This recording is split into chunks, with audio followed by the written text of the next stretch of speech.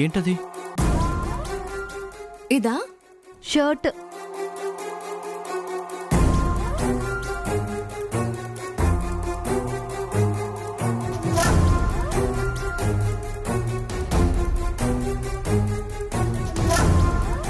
ఇప్పుడెందుకు శృతి?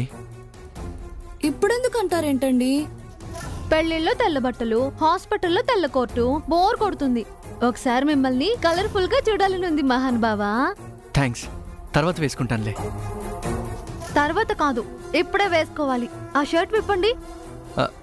ఆ షర్ట్ వేసుకోవడానికి ఈ షర్ట్ విప్పడం ఎందుకు? లేదు, విప్పాల్సిందే. ఇది వేసుకోవాల్సిందే. సరే ఇవ్వు, నేను వేసుకుంటాను. లేదు, నేనే నా చేతులతో వేస్తాను.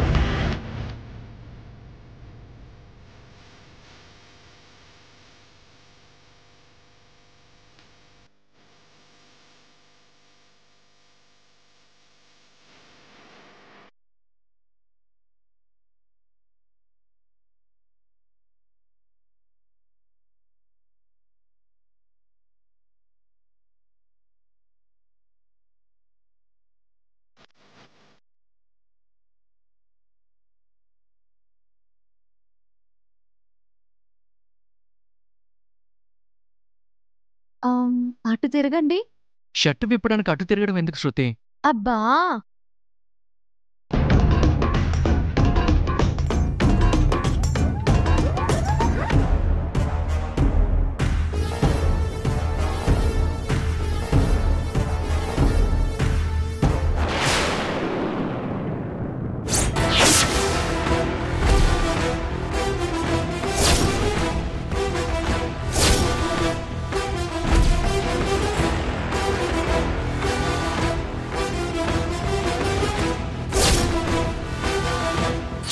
వాడి లైఫ్ లో కనీసం 4 అమ్మాయిలైనా ఉంటారు. అన్నీ మన్మథ లీలలే.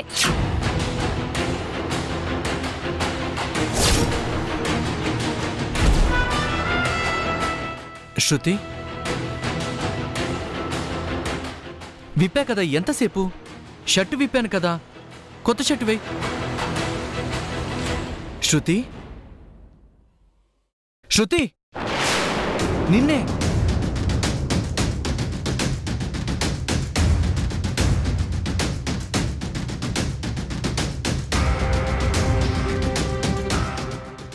మీరే వేసుకోండి. ఏమైంది శృతి? ఏయ్ శృతి, శృతి, ఎక్కడికి? ఇప్పుడు నేనేమన్నాను? ఏం చేశాను? దేవుడా, నా పెళ్ళాం నాకు అర్థం కాదు.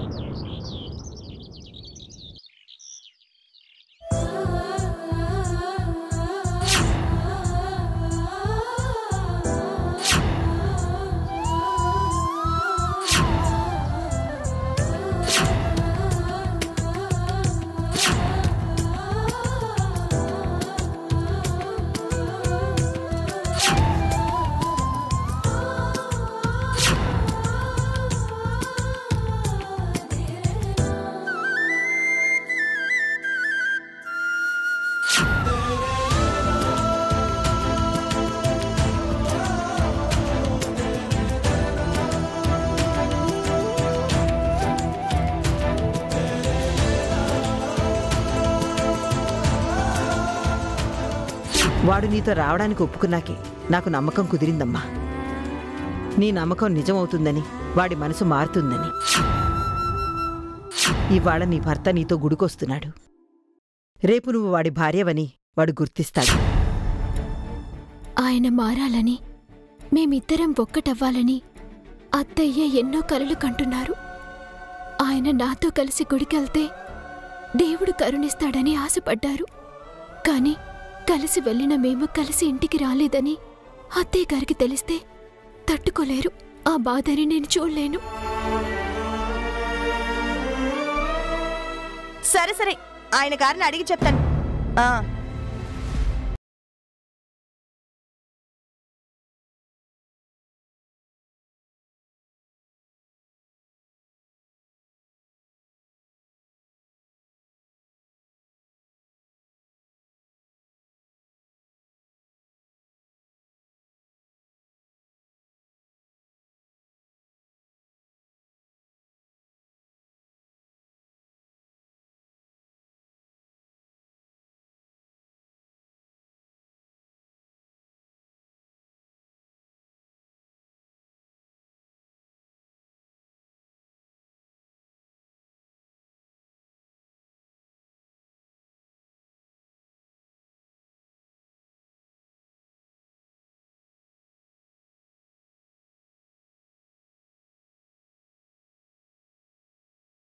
అర్థమైంది.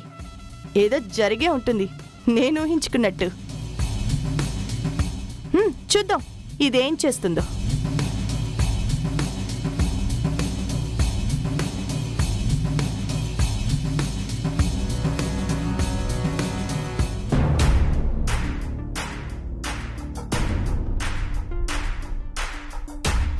శృతి, బేబత్తా, ఏమైందే? ఇక్కడ నా లైఫ్ పర్మనెంట్ గా లాక్డౌన్ అయ్యేలా ఉందత్తా. అవే మాటలే, అసలేం జరిగింది? అంటే నీకు మచ్చ శాస్త్రం గురించి తెలుసా అత్తా? ఇప్పుడు అదెందుకే? చెప్పు, తెలుసా లేదా? తెలియకపోవడమేంటే? మనసంతా మచ్చ మగాళ్ళకి పిచ్చ అనే పుస్తకంలో మచ్చ గురించి ప్రస్తావించాను కూడా. అంటే ఒంటి మీదున్న మచ్చల రిజల్ట్స్ ని నువ్వు నమ్ముతావా అత్తా? నా నమ్మకం ఎలా ఉన్నా నేటి తరం అమ్మాయిలు నమ్ముతారు. అదేంటత్తా? అదంతే, మచ్చలను బట్టే మగాళ్ల మనస్తత్వం ఉంటుంది. మరి ఇదంతా నాకెప్పుడు చెప్పలేదే? అవసరం రాలేదు కదే, ఇప్పుడు చెప్తున్నాను కదా. ఏ మచ్చ ఎక్కడుంటే ఎలాంటి ప్రభావం ఉంటుందత్తా? ఇప్పుడెందుకే? చెప్పత్తా. ఎవరికైనా నాలుగు పైన మచ్చలున్నాయనుకో, వాళ్ళు ఏదంటే అది ఇట్టే జరిగిపోతుంది. మొహం పైన మచ్చుందనుకో, ఎదుటి వాళ్ళని ఇట్టే ఆకర్షిస్తారు. ఇంకా అరచేతుల్లో మచ్చుందనుకో, అనుకున్నది సాధిస్తారు. మరి మగాడికి వీపులో కుడివైపు పుట్టుమచ్చుంటే? ఇంకేముంది, కట్టుకున్న దాని కొంప కొల్లేరే. అత్తా, ఆ మగాడి జీవితంలో ఒక్క భార్య ఉండదు, గల్లీకో గర్ల్ ఫ్రెండ్ ఉంటుంది. ఒక్క ముక్కలో చెప్పాలంటే మన్మధుడికి డూప్ అనుకో. అత్తా, ఏంటే? గోపికి వీపులో కుడివైపు శనగ్గింజంత పుట్టుమచ్చుందత్తా. ఏమంటున్నావు నువ్వు? అవునత్తా, ఇదే విషయం ఫ్రెండ్ చెప్పిందని చూడ్డానికి ట్రై చేశా. పుట్టుమచ్చ ఉందత్తా. ఊరుకోవే, ఊరుకో.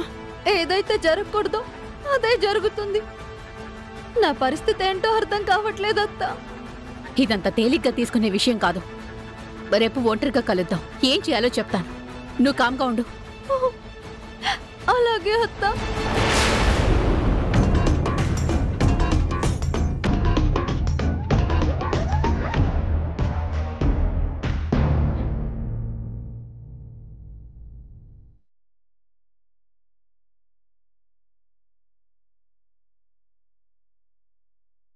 మేము గుడికని వెళ్ళి చాలాసేపు అయింది.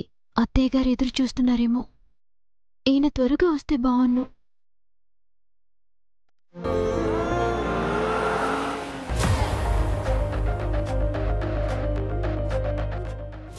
ఈయనతో పాటే కారికి వెళ్ళాలి.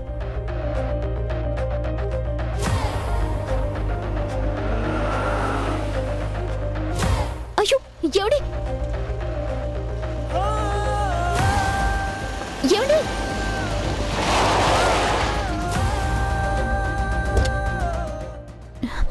ఏమండి? వద్దండి, ప్లీజ్ అండి, బొట్టు తుడుచుకోవద్దండి. ముందు చెయ్యొదులు. నువ్వు చెప్తే నేను వినాలా? అయ్యో, అక్కర్లేదండి, బొట్టు మాత్రం ఉంచుకోండి. 5 నిమిషాలు ప్లీజ్ అండి, ప్లీజ్.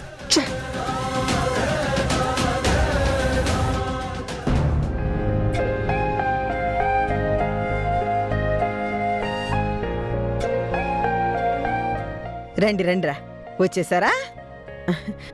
నాన్న రాకీ, మిమ్మల్ని చూస్తుంటే అచ్చం పార్వతీ పరమేశ్వరుల్ని చూసినట్టుగా ఉంది. వాళ్ళెవరమ్మా? రేయ్, అలా అనకూడదురా. వాళ్లే మీ ఇద్దరిని బ్రతుకంతా నడిపించే దేవుళ్ళు.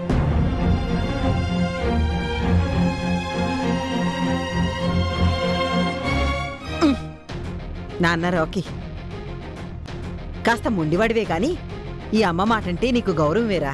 అందుకే చెప్పగానే లయతో కలిసి గుడికి వెళ్ళావు. చాలా సంతోషంగా ఉందిరా.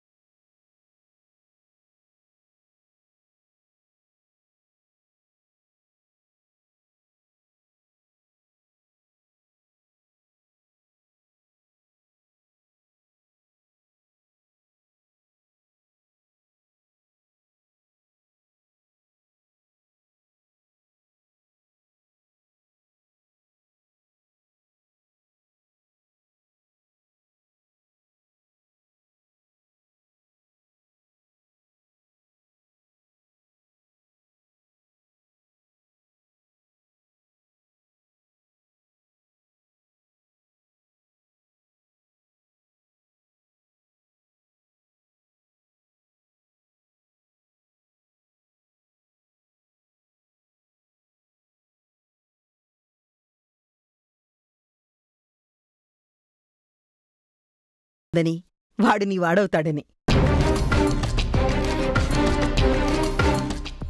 ఒక్క గంట ఇంత నరకంగా ఉంటుందని ఊహించలేదు.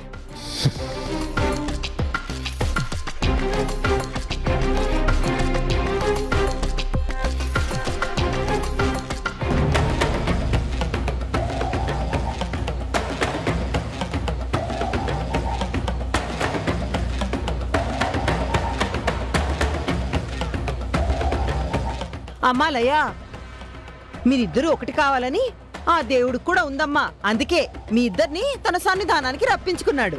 ఆహాహా, అంటే రాకీ లయ కలిసి గుడికెళ్లారన్నమాట. ఇంతింత కళ్ళున్నాయిగా, కనిపించట్లేదా? కలిసి వెళ్ళారా కలిసి వచ్చారా అని అడుగుతున్నావు అని ఎవరు చెప్పారు? మీ చిన్న కోడలు చెప్పిందా? అది చెప్పడం ఏంటి? నేను చూశానుగా, పంపింది నేనేగా. తూర్పు పడమర లాంటి మొగుడు పెళ్ళాలి కలిసి గుడికెళ్ళి కలిసొచ్చారంటే నాకు డౌటే.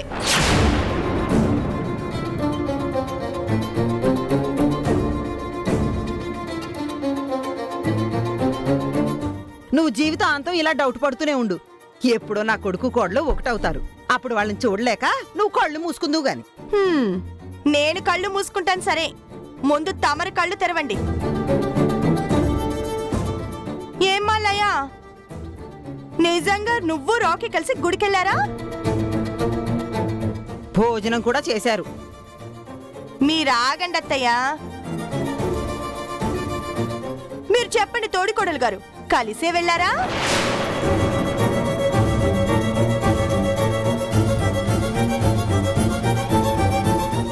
వెళ్ళామక్క, నేనెందుకు అబద్ధం చెప్తాను? వెళ్తే మరి ప్రసాదమేది? కొబ్బరికాయ కొట్టుంటే ఒక చిన్న కొబ్బరి ముక్కైనా తీసుకురావాలి కదా.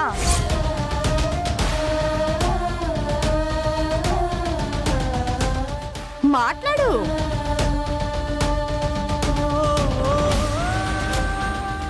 ఇదిగో అక్క ప్రసాదం.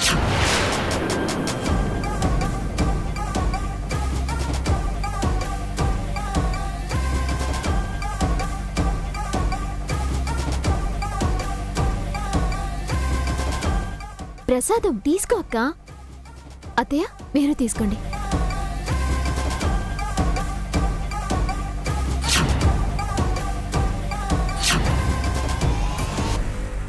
ఇప్పుడేమంటావే? ప్రసాదం ఇచ్చిందిగా.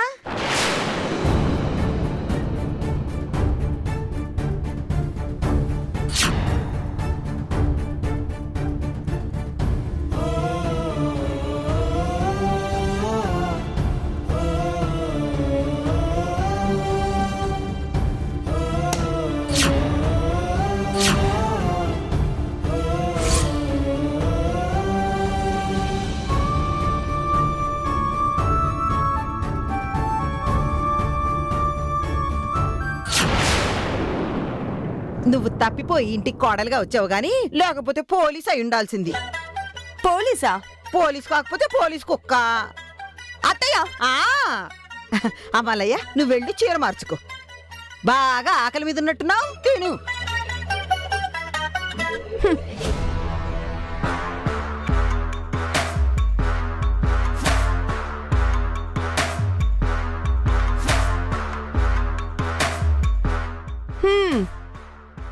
బాగానే కవర్ చేసావు. అదేంటక్క? నువ్వు గుడికెళ్ళావా?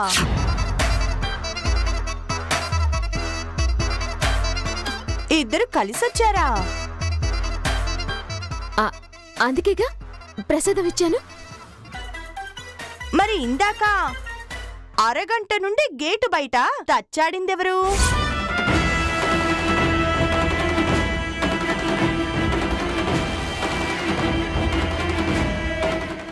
రాకీ లోపలికి రాగానే పరిగెత్తుకొచ్చి పక్కన నిలబడ్డ వాళ్ళెవరు?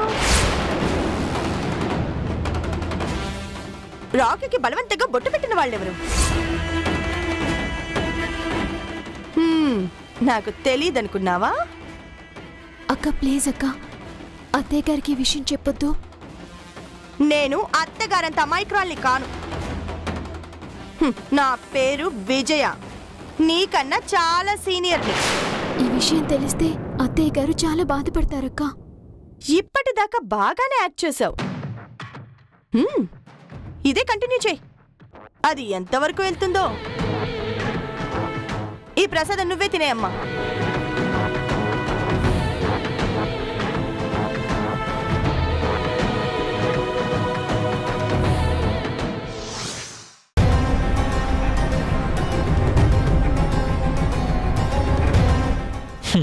వచ్చావా? రా. నీ మూర్ఖత్వాన్ని చూస్తే నవ్వొస్తుంది నాకు. అలాగైనా మీరు నవ్వుతున్నారంటే అది చాలండి నాకు. లుక్, నా నవ్వు, నా ఆనందం, నా సంతోషం నీతో ముడిపడి లేవు, నా స్వేచ్ఛతో ముడిపడి ఉంటాయి. ఆ స్వేచ్ఛ నాకిష్టమైన వాళ్ళ దగ్గర ఉంటుంది. మీ ముడి ఎక్కడ ముడిపడున్నా మీరు వేసిన ఈ ముడి నాతోనే ముడిపడుందండి. అది నాకు అనవసరం. నా దృష్టిలో అబద్ధం. ఎందుకంటే నేను నీలా అబద్ధంలో బతకలేను, అబద్ధంతో సావాసం చేయలేను. నేను నిజంలో ఉంటాను, నాకు నచ్చినట్టుంటాను. నేనెప్పుడు అబద్ధం చెప్పలేదండి. Shut up! నేనెప్పుడు అబద్ధం చెప్పలేదన్న మాట కూడా అబద్ధమే. ఆ రోజు నేను నిన్ను కావాలనుకున్నప్పుడు నీ నిజ స్వరూపాన్ని చెప్పకుండా గొంతులో నొక్కేశావు. అదబద్ధం కాదా? పెళ్లి పిట్టల మీద నా పక్కన కూర్చునేంత వరకు నీ పర్సనాలిటీని, నీ చెత్త కల్చర్ని, నీ వెనకబాటుతనాన్ని అక్కడే సమాధి చేసి నా లైఫ్లోకి రావాలనుకున్నావు. కానీ అది అబద్ధం కాదా? అది గతం, వదిలేశాను. కానీ ఇప్పుడు గుడికెళ్ళామని, ప్రసాదాలు తెచ్చామని, నైవేద్యాలు తిన్నామని, యాపిల్ జ్యూస్ తాగినంత ఈజీగా అబద్ధాలు చెప్పేస్తున్నావు. ఏం సాధించాలనుకుంటున్నావు? నాకు సాధించాలని లేదండి, మీతో సహవాసం చేయాలనుంది. అలాంటి కల కూడా నీకు రాకూడదు. ఎందుకంటే అది జరగదు కాబట్టి. గుర్రాన్ని నీటి వరకు తీసుకెళ్లగలం, కానీ దాంతో నీళ్లు తాగించలేం. నాలాంటి వాడితో నడవాలన్నా, నా పక్కన నిలబడాలన్నా నాటకం ఆడితే సరిపోదు, నాగరికత తెలుసుండాలి. నీ అబద్ధం ఎప్పుడు ఇంచు కూడా నా అంచుకి చేర్చదు, గుర్తుంచుకో. బాధ పెట్టే నిజం కన్నా సంతోష పెట్టే అబద్ధానికి విలువ ఎక్కువ. ఆపు నీ లెక్చర్స్. నీ అబద్ధం విలువైనదేమో, బలమైందేం కాదు. నీ అబద్ధం, నీ నాటకం నిన్ను ఒప్పుకునే వాళ్ళ దగ్గర చెల్లుతాయి, నా దగ్గర కాదు. ఎందుకంటే నీ దారి వేరు, నా దారి వేరు. నీ దారిలోకి నేను రాను, నా దారిలోకి రావడం నీకు చేత కాదు. నువ్వు తూర్పు, నేను పడమర, ఎప్పటికీ కలవం.